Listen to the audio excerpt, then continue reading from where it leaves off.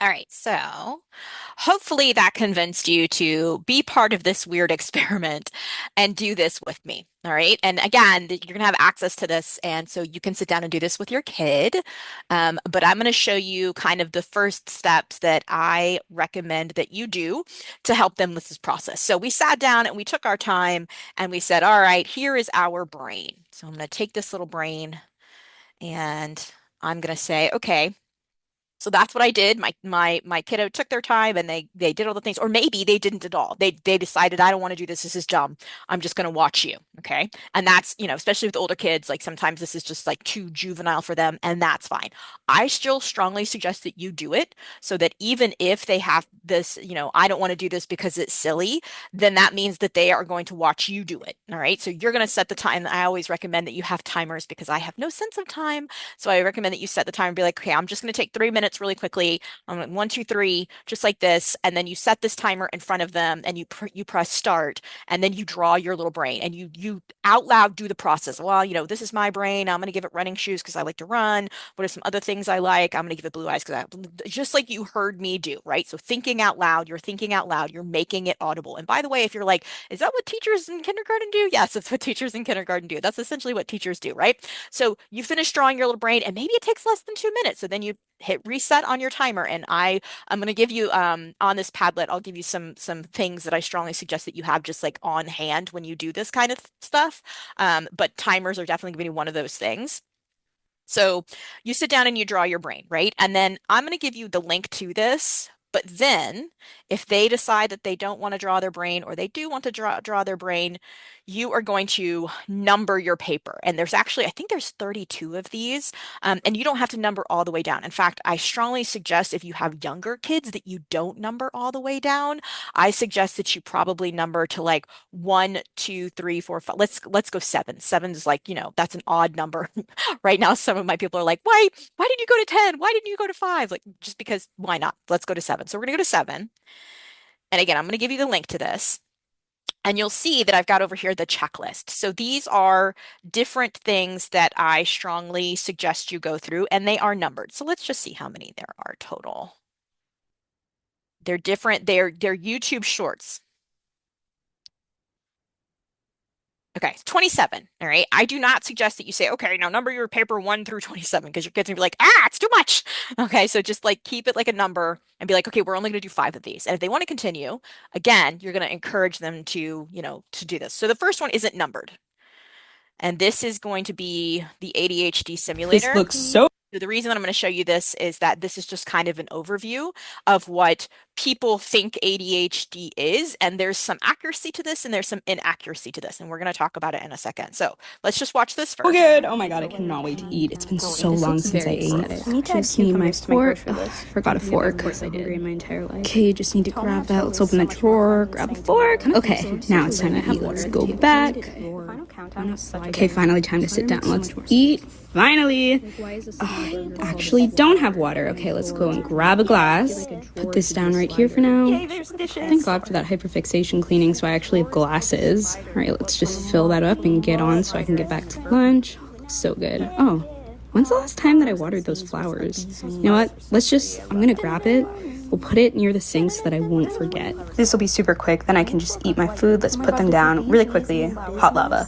Then we can go right back. Yay, food time. Oh my God, yes, water. I'm so thirsty, thank God. Okay, I actually got everything done pretty quick, so now I can finally eat. Uh-oh. Where is my fork? Oh my goodness. Okay. So This looks so good. this is going to be our calibration. So what we're going to do is we're going to say, okay, we just watched that video. It was a very sort of vague understanding of ADHD. And you and me, kiddo sitting next to me, we're going to do this. And we're going to say on a scale of 1 to insert thing for kid here. Kid gives to give you the number. And even if the number is like 9,000, right? Don't discourage. This is creativity.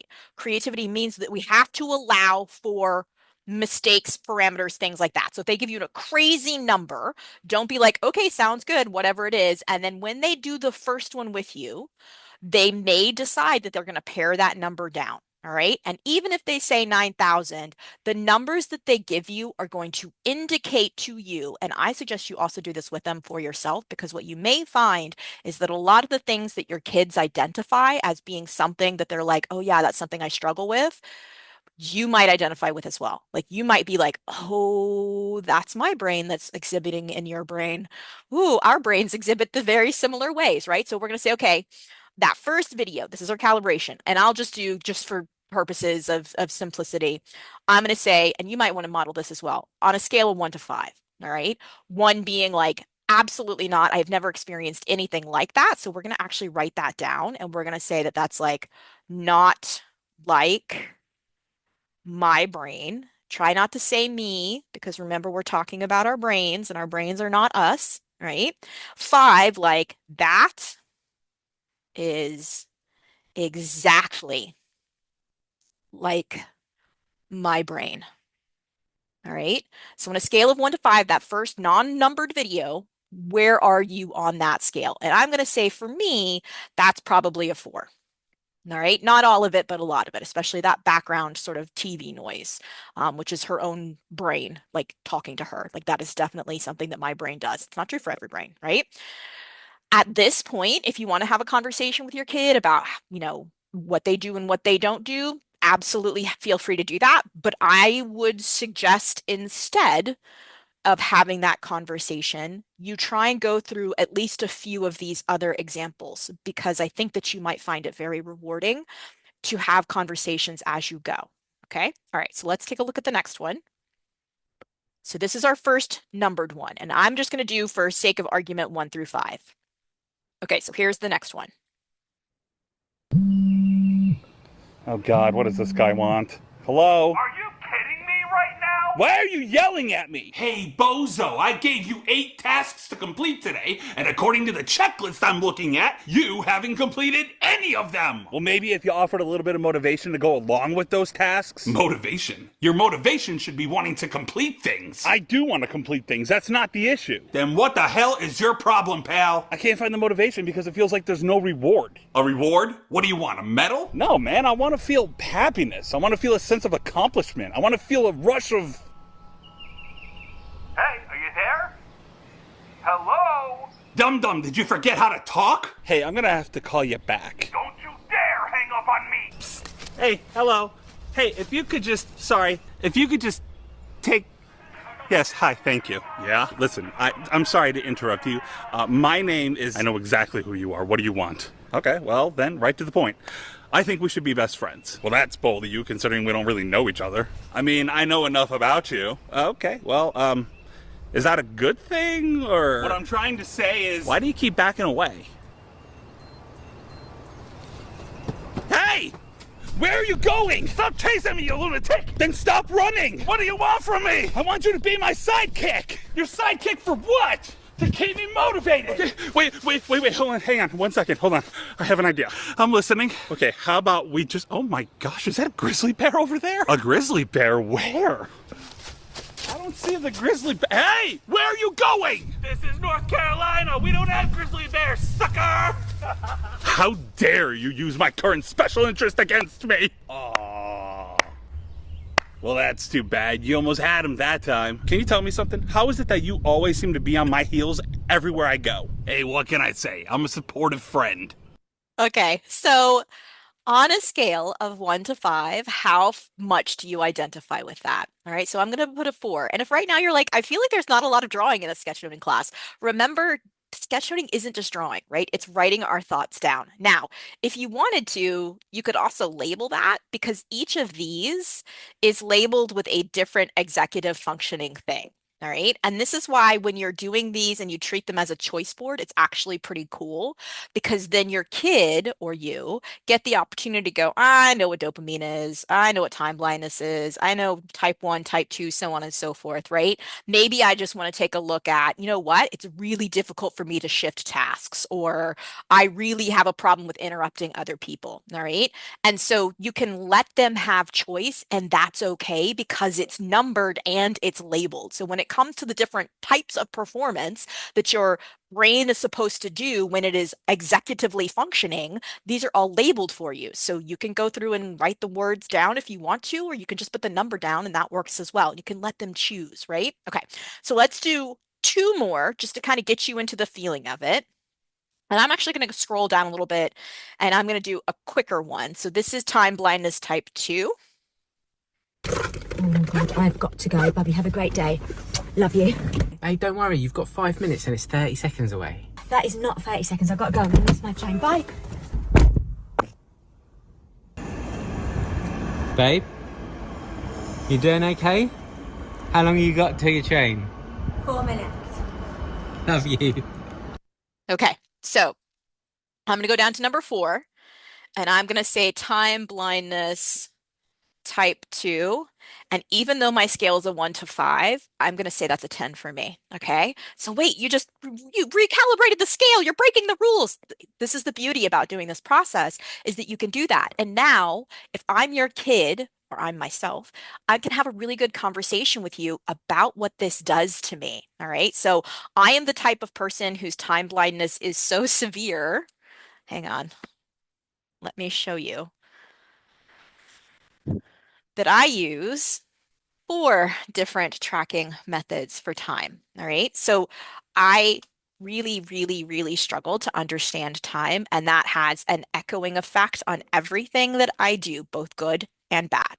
So when it comes to time anxiety, if I have an appointment for like a doctor's appointment at like 2 o'clock in the afternoon, I cannot do anything before that appointment. I am in stasis. I am just like overwhelmed. I'm overwhelmed by not thinking that I can manage my time well enough. And so I will overcompensate. Now, some other kids, because of their time blindness, might undercompensate. So let me show you what that kind of looks like. Hang on.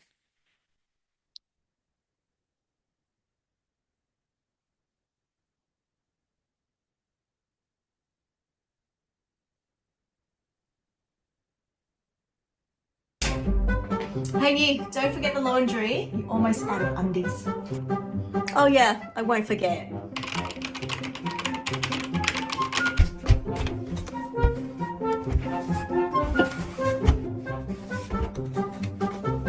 Hey, that beer, make some lunch. We get the washing, buy that present, up the desk.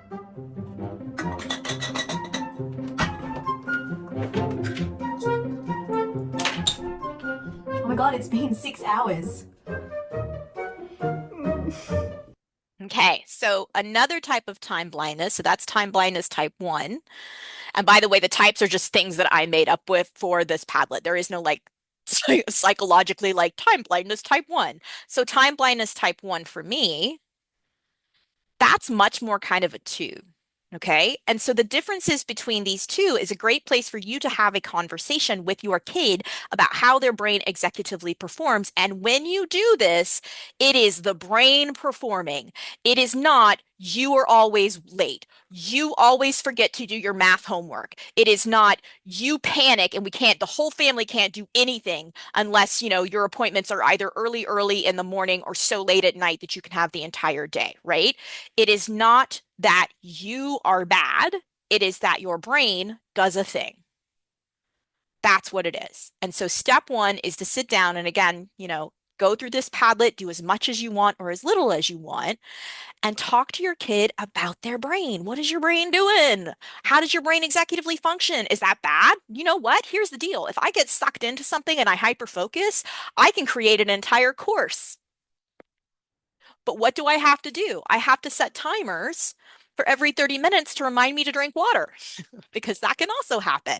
So having those conversations with your kids does 2 things. 1, it separates their identity from their brain and they're able to say, my brain does this funky thing, right? And when it's trying to executively perform, it does this funky thing. And 2, it allows you guys, the 2 of you or 3 of you, sit down with sit down with your whole family and do this. Really, it's very eye-opening. You will find that you have more in common than you think. And that's really important too. It's really important to have those conversations and find that common ground and then figure out solutions together. Okay, so I'm going to stop that there. So step 1 of your doodle challenge, draw your brain, right? Make it yours completely. Step two, go through this checklist and figure out all of the places where you're like, you know what? I do this and my brain does that, right? And again, try and I just made that mistake. So it's good. You can see me make mistakes so that you can learn from me, right? It's okay to fail. It's okay to make mistakes. We're not perfect. The only thing that are perfect are robots and they're AI, right? Well, I'm not AI. So when it comes to you doing this process, sit down and have these conversations. They're very, very important, but also when your kids start to kind of fade and they're like, okay, this is enough for a while. These are really deep conversations. Stop. Or if they're in like a pretty good mindset and they're able to get a lot done, but maybe they just need a breather, these are brain breaks, all right? And they're like there's only two of them, but they're made so that you can break them up, okay? So you can say, okay, let's take a quick little brain break, and you can watch something very, very simple. Joy.